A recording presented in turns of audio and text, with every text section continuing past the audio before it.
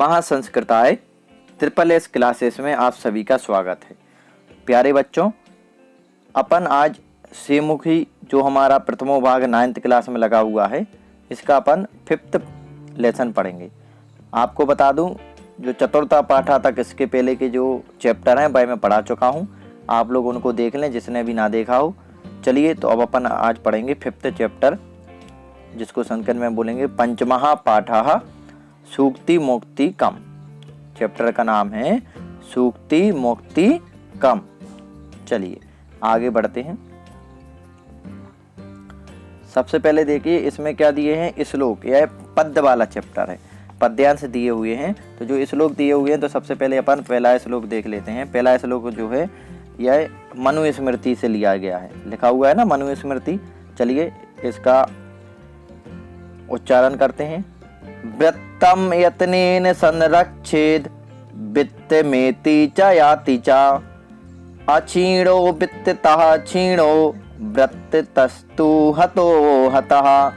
वृत्तम यत्नेन संरक्षेद वित्तमेति च याति च अक्षीणो वित्ततः क्षीणो वृत्तस्तु हतो हतः।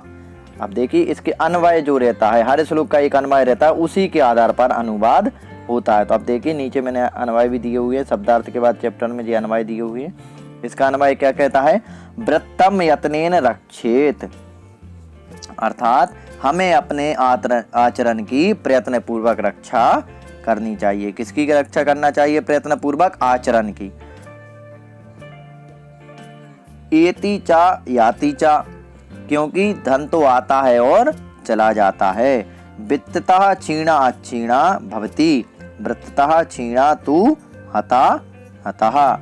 अर्थात इसका मतलब हो गया कि हमें अपने आचरण की प्रयत्न पूर्वक रक्षा करनी चाहिए, क्योंकि जो धन है वह तो आता है और चला जाता है। नष्ट हो जाने पर मनुष्य नष्ट नहीं होता। यदि धन है तो नष्ट हो जाएगा, आएगा तो चला भी जाएगा, पर जो अपना आचरण है वह कभी नष्ट नहीं होता। तो इसलिए हमें अपने चरित्र और आचरण की रक्षा करनी चाहिए कि कभी भी गलत चरित्र हमसे ना हो जाए, कैरेक्टर हमारा अच्छा रहे और आचरण भी हमारा अच्छा रहे। ऐसा हमें मनुष्य को बनना चाहिए। चलिए, यह मनुस्मृति का श्लोक देखा। अब अपन दूसरे श्लोक पे आते हैं, ऊपर फिर चलते हैं। दूसरा श्लोक देखिए, यह जो है यह विदुर नीति से लिया गया है। इसमें क्या बोलना है, श्रूयेताम धर्म सर्वस्वम श्रुत्वा चैवावधारयताम आत्मनः प्रतिकूलानि परेषां न समाचरेत। अर्थात इसका भी अन्वय देख लेते हैं। इसका अन्वय क्या कह रहा है, चलिए चलते हैं अन्वय की ओर। हाँ, इसका अन्वय है धर्मस्वम श्रूयताम श्रुत्वा एव च एव अवर्धताम आत्मनः प्रतिकूलानि परेषां न समाचरेत। अर्थात धर्म के तत्वों को सुनना चाहिए, धर्म के तत्वों को सुनकर उनको ग्रहण करना चाहिए, उसका पालन करना चाहिए। मतलब हमें धर्म पर चलना चाहिए, धर्म की बातों को मानना चाहिए। अपने से प्रतिकूल व्यवहार का आचरण दूसरों के प्रति कभी नहीं करना चाहिए। अर्थात जो व्यवहार आपको अपने लिए पसंद नहीं है, वैसा आचरण दूसरों के लिए नहीं करना चाहिए। जैसे मान के चलिए आपको चोरी, आप ये नहीं चाहते कि कभी आपकी चोरी हो जाए, तो आप दूसरों को भी कभी चोरी ना करें। दूसरों की भी आप नहीं चाहते कि आपसे कोई झूठ बोले, तो आप भी उससे झूठ नहीं बोलिए किसी से। इसका मतलब यही है कि हमें ऐसा आचरण करना चाहिए कि हमें किसी से झूठ नहीं बोलना, क्योंकि वो हमें भी पसंद नहीं है। किसी से लड़ाई नहीं करना, क्योंकि हमें भी लड़ना पसंद नहीं है। तो ऐसा ही व्यवहार हमें दूसरों से भी नहीं करना चाहिए जो गलत हो, और धर्म की बातों को मानना चाहिए। विदुर नीति का ये हो गया। चलिए अब अपन बढ़ते हैं 3rd श्लोक की ओर। 3rd है हमारा, देखिए, प्रिय वाक्य प्रदानेन सर्वं तुष्यन्ति जन्तवः तस्मात् तदेव वक्तव्यं वचने का दरिद्रता। प्रिय वाक्य प्रदानेन सर्वे तुष्यन्ति जन्तवः तस्माद् तदेव वक्तव्यम वचने का दरिद्रता। यह चाणक्य नीति से लिया गया है। यह किससे लिया गया है? चाणक्य नीति से। देखिए सबके श्लोक के नीचे लिखा है कि यह कहाँ से श्लोक लिया गया है। तो वहीं से मैं भी बता रहा हूँ कि यह कहाँ से लिया गया है। चलिए अब इसका भी अन्वय अपन देख लेते हैं। इसका अन्वय क्या कहता है कि सर्वे जन्तवः प्रिय वाक्य प्रदानेन तुष्यन्ति तस्मात् तद एव वक्तव्यम वचने दरिद्रता का। अर्थात इसका मतलब इसने बताया है कि प्रिय वचन बोलने से सभी प्राणी प्रसन्न हो जाते हैं। यदि अपन अच्छी वाणी बोलेंगे तो सभी को अच्छी लगेगी, सभी प्राणी प्रसन्न हो जाएंगे। जानवर भी अपनी अच्छी बात सुनने से प्रसन्न हो जाते हैं। यदि उनको डराओगे, धमकाओगे, मारोगे तो वह प्रसन्न नहीं होंगे। तो हमें हमेशा मीठा ही बोलना चाहिए, मीठे वचन बोलने में कंजूसी नहीं करना चाहिए। बचने दरिद्रता का, दरिद्रता मतलब कंजूसी। हमें मीठे वचन बोलने में कंजूसी नहीं करना चाहिए, हमेशा प्रिय बोलना चाहिए, क्योंकि प्रिय वचन बोलने वाले प्राणी सबको पसंद आते हैं, सबको अच्छे लगते हैं। चलिए अब अपन आगे देख लेते हैं।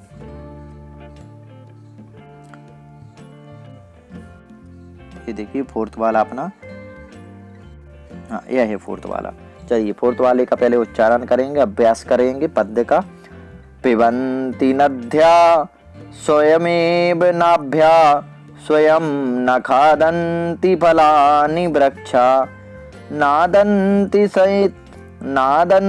सस्यं खलु वारिवाः परोपकाराय नतां विभूतयः। फिर से देखिए, पिबन्ति नद्या स्वयमेव नाभ्या स्वयं न खादन्ति फलानि वृक्षः नादन्ति सस्यं खलु वारिवाः परोपकाराय नतां विभूतयः। इसका अन्वय भी जान लेते हैं। चलिए इसका अन्वय जानते हैं, क्योंकि अन्वय से ही बच्चों याद रखो, अन्वय जैसा रहेगा वैसे ही अनुवाद होगा।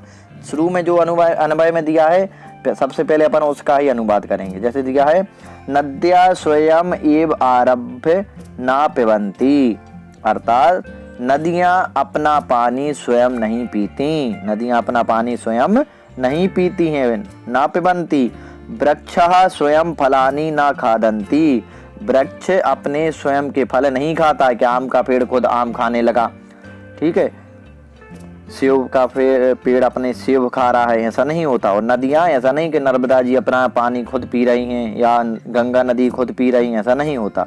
तो ठीक उसी प्रकार आगे बताया गया है कि वारिवाहा खलु सस्यम न अदंती, अर्थात कि निश्चित ही बादल अनाज फसल को नहीं खाते। बादल जो हैं भाई, अच्छे बादल, अच्छी वर्षा जो है वे फसल को नहीं खाती है। और ठीक इसी प्रकार क्या दिया है कि सताम विभूतयः परोपकाराय एव भवन्ति, ठीक इसी प्रकार सज्जनों मतलब श्रेष्ठ लोगों की धन संपत्तियां दूसरों के लिए ही होती है। जो अच्छे लोग रहते हैं उनकी जो धन है, उनकी जो संपत्ति है भाई भी अपने लिए नहीं कमाते, परोपकार करने के लिए अस्पताल बनवा दिए, औषधालय बनवा दिए, ठीक है ना, चिकित्सालय बनवा दिए, तो ठीक धर्मशाला बनवा दी, तो विवाह में लड़की कन्या का विवाह में पैसे खर्च कर दिए। तो सज्जन लोग जो रहते हैं भाई अपने पैसे भी सही जगह इस्तेमाल करते हैं, ना कि चोरी करने के पैसे इस्तेमाल कर लिए, जुआ खेलने में,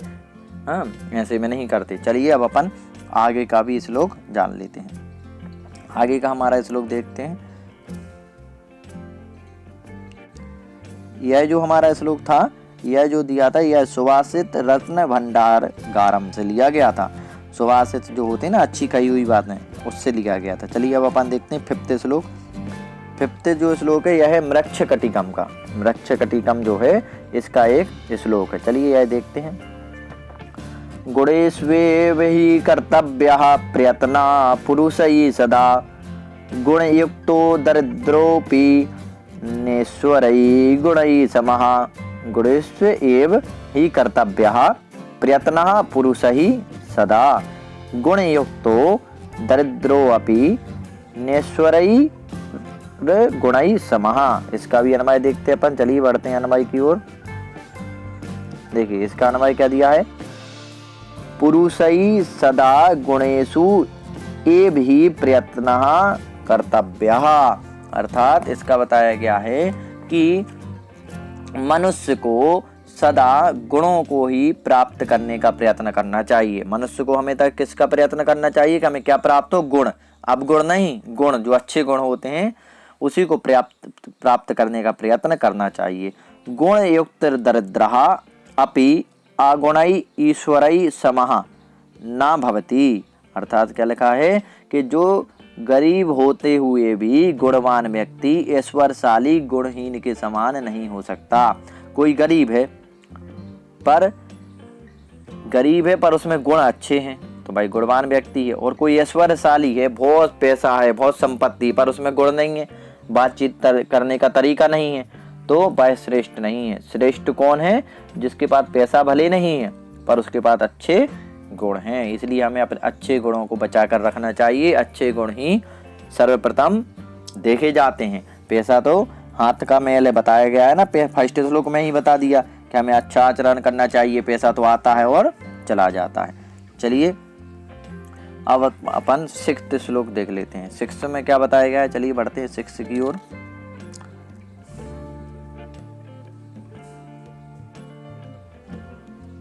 ये आ गया 6 से आरभ्य गुरुवी क्षयिणी क्रमेण लब्ध्वा पुरी वृत्तिमति च पश्चात् दिनस्य पूर्वार्ध परार्ध भिन्ना छाये मैत्री खल सज्जनानां। फिर से देखिए, आरभ्य गुरुवी क्षयिणी क्रमेण लब्ध्वा पुरी वृत्तिमति च पश्चात् दिनस्य पूर्वार्ध परार्ध भिन्ना छाये मैत्री खल सज्जनानां। चलिए इसका भी अपन अन्वय बढ़ते हैं अन्वय की ओर। सभी के अन्वय दिए हुए बच्चों, आप लोग अच्छे से देखें और आपको कॉपी में भी अन्वय लिखना है। श्लोक के नीचे अन्वय लिखना जरूरी है। चलिए देखिए अब इसमें क्या बताया गया है। इसमें बताया है कि आरभ्य गुरुवी भवति क्रमेण क्षयिणी भवति। इसका मतलब बताया गया है कि आरंभ में लंबी फिर धीरे धीरे छोटी हो जाने वाली तथा पहले छोटी फिर धीरे धीरे बढ़ने वाली पूर्वाहन तथा अपराहन काल की छाया की तरह दुष्टों और सज्जनों की मित्रता अलग अलग होती है। मतलब इसमें बताया गया है पूर्वाहन का मतलब क्या होता है? सुबह का समय, AM जिसे बोलते हैं, और अपराह्न मतलब दोपहर के बाद का समय। दोपहर के 12 बजे से रात के 12 बजे अपराह्न होता है और रात के 12 बजे के बाद से दोपहर के 12 बजे तक पूर्वाह्न होता है। तो इसमें बताया गया है कि जो ये दोनों रहते हैं ना, आरंभ में लंबी फिर धीरे धीरे छोटी हो गई, फिर पहले छोटी थी फिर धीरे धीरे बढ़ गई। इसी तरह जैसी जो घड़ी चलती है कि 12 के बाद 1 आ गया, फिर 2 आ गया, फिर 3 आ गया, फिर 4 आ गया, ऐसे ऐसे जो चक्कर चलता है, उसी तरह जो छाया की तरह जो चक्कर चलता है, उसी तरह जो दुष्ट लोग होते हैं और सज्जन लोग जो होते हैं उनकी मित्रता अलग अलग होती है। एक आगे आगे जाता है तो एक पीछे पीछे जाता है, एक विपरीत दिशा में जाते हैं, एक ही दिशा में नहीं जाते, क्योंकि दुश्मन का जो रहते हैं उनकी, जो दुष्ट रहते हैं उनकी प्रवृत्ति अलग रहती है और जो सज्जन रहते हैं उनकी प्रवृत्ति अलग रहती है।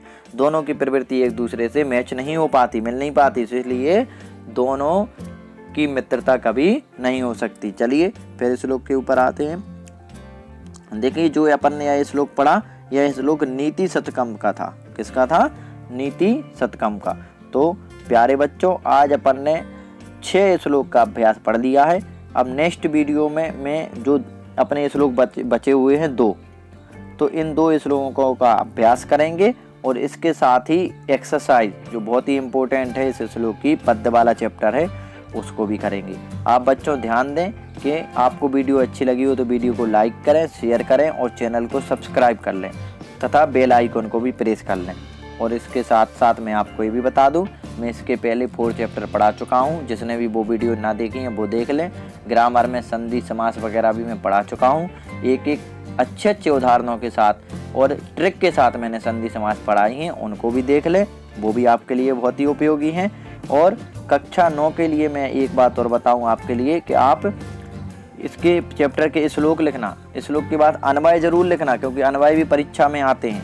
अन्वय जरूर लिखना और 2 श्लोक याद कर लेना, कोई भी 2 श्लोक इसमें से याद कर लेना, श्लोक भी लिखने के लिए आते हैं। तो चलिए प्यारे बच्चों, अब जो आगे का चैप्टर है वह अपन नेक्स्ट वीडियो में भाग 2 पार्ट 2 में पढ़ेंगे। तब तक के लिए नमः संस्कृताय। जय हिंद, जय भारत।